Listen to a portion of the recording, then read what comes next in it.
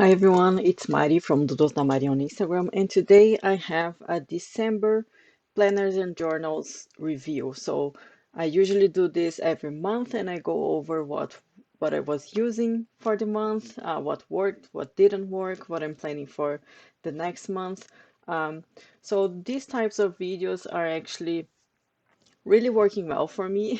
I would just like to start by saying that this is something that has been working for me a lot, just because it allows me to quickly detect what what I'm doing that is really working out, and if something is not working out, I can quickly adapt and change it for the next year. So this is the reason why I won't be making any like Techo Kaigis or planner lineups for 2023 this year, just because I have been doing this consistently um, throughout the past few months, and I figured that that really helped me a lot. So I don't want to commit with like, oh, in 2023 I'm gonna use this, and that, and then in the middle of the road I'll see that, something didn't really work out for me. So with this, I'm saying, this is what I have been using, this is what worked, so I'm gonna keep it. This didn't quite work, so this is how I'm gonna try to tackle it for next month. So that's my mindset for 2023. I would like to keep doing these kind of like reviews every month, just to kind of have some clarity on what I'm doing that I might need to change. So you probably saw most of these planners already in my channel if you have been following me for a while. But what I used in December were mostly these four planners.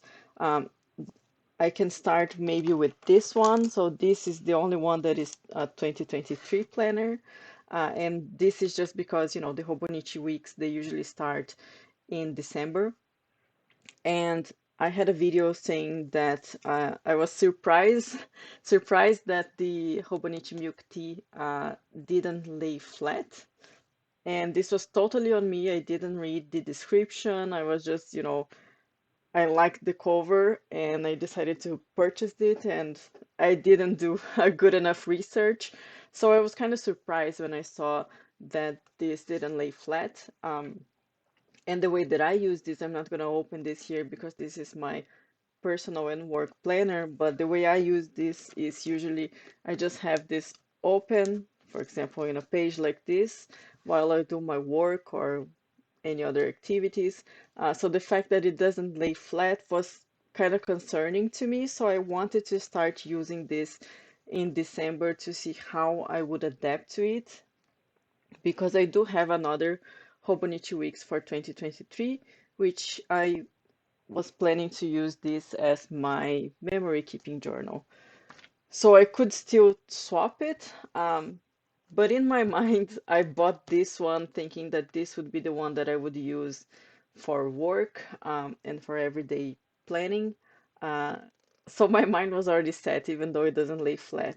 So my thoughts using this every week for December is, first of all, I love the feel of the cover. It's super soft, which is a reason why I don't want to put a cover on cover on this one, um, which is a plus, but it's also sort of not quite working because, as you can see, I do have a lot of things that I try to keep with my planner. So I'm kind of missing the pockets a little bit. So I might still change that in the future. So I might put this on a different cover and see if I can make use of additional pockets to house all of the things that I usually house with my planner. And then the other thing is, because it doesn't lay flat, let me see if there's a page that I can open with.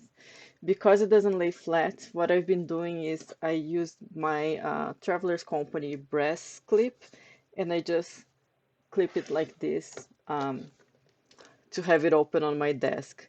So the good thing is that the material is so sturdy that this doesn't harm the cover at all.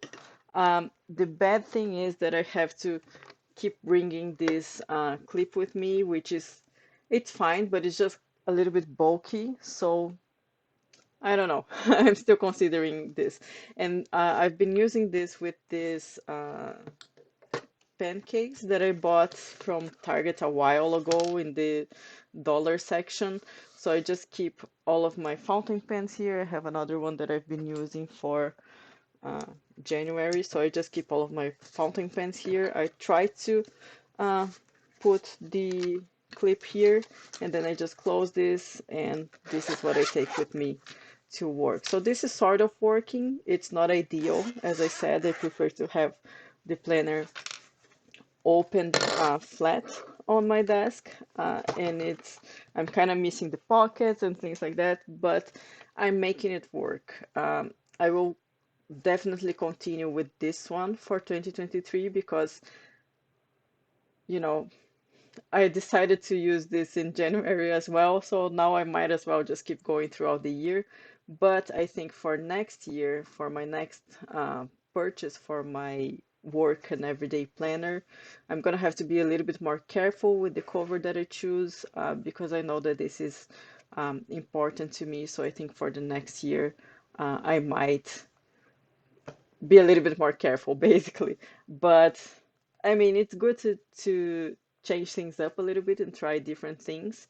So I don't mind too much in that regard. But it's been a learning curve for me to try to adapt to these small little things that are not quite what I'm used to. So yeah, that's that. This is the most complicated planner that I have for this lineup here. So putting this aside, the next one that I've been using very consistently is my long handwriting journal. So I've also shown this in the past, but this is pretty much what I use for December. I have been using my Twisby Swipe in Salmon with an extra fine nib, and I was using Roran Klingner Outgold Grun for December, and I still really like the date stickers. This is definitely the main reason why I've been able to journal consistently in this way. So yeah, nothing new here. I've been still doing the same thing for this long handwriting journal as I have been in the past few months. So this is still working great. This is a Paper Penguin Co.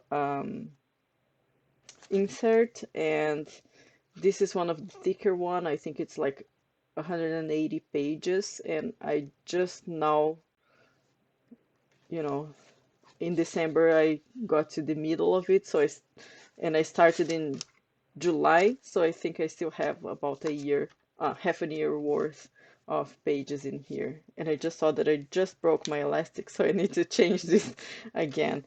But yeah, this is the one that I have been the most consistent with throughout the past few months. So nothing new here. And then lastly, well, not lastly, but another thing that I have been using in December, but not super consistently, is my ink journal, mostly because December was a quite busy month. Even though we had a lot of holidays, I was just, not really wanting to sit down and play with my inks. But let me see. I did use this in December quite a bit. So I did some ink testing, some swatches from Happy Mail that I received. Had a few notes of things that I wanted to, you know, keep track of. Again, more swatches. Um, and that's pretty much it. I have a currently inked for December, and then I already started January here. One thing that I started to work with, but I'm not, I didn't do a complete data analysis, was I saw Simone's video on her fountain pen stats for 2022, and I thought that was super interesting. I don't have, I'm not very organized in terms of how much I use my fountain pens or um, how many I got, how many fountain pens inks or pens I got in 2022. So I'm trying to be more organized about that, and I can do a separate video about it. But I do know whenever the date of when I ink or clean a pen. So I know that, for example, in 2022, I mostly used my Twisbys. So I had 17 ink events or events that I actually inked a Twisby pen, compared to the next one would be Pilot with 8 inking events, and then Lamy with 5 inking events. So I'm trying to be a little bit more organized because I do like data and being able to summarize, how the year went in that sense. It's very appealing to me.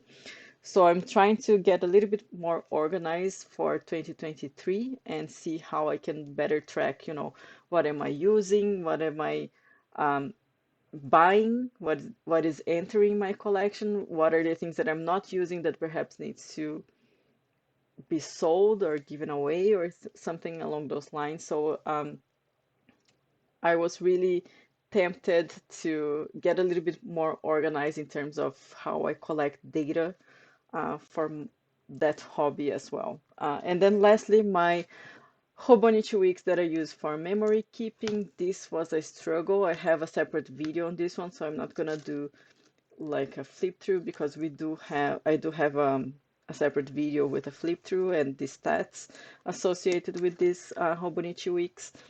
But what I will say is that in December I actually found myself taking some time off of YouTube, but also, taking some time off of other things. And instead of playing with inks, for example, which was something that I did a lot in the past few months, I actually sat down and tried to update my Hobonichi weeks. And I was able to finish the year with a completed Hobonichi weeks, which was important to me in the sense that I do like to do my stats. Let me see. I do like to do my stats in the end of every year. So this was important to me. Not necessarily, I'm okay with having empty weeks, but the fact that I have all of them here allows me to do this yearly summary, and that to me is very valuable, particularly when I'm able to identify trends, and especially long-term trends, since I've been doing this for 2 years now. So I think this is what I need to remind myself whenever I feel like, oh, maybe I don't want to do some journaling because I do my journaling here as well, so it's kind of redundant.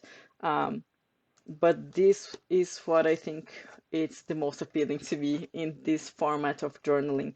Um, so yeah, it was very fun to be able to do that summary in the end of the year, and it was also very fulfilling that I was able to actually complete my Hobonichi weeks, because at some point I kind of gave up and I thought, okay, I will just not fill it up this year. It happens. But it was actually quite fulfilling that I was able to really complete my Hobonichi week. So that's what I used for December 2022.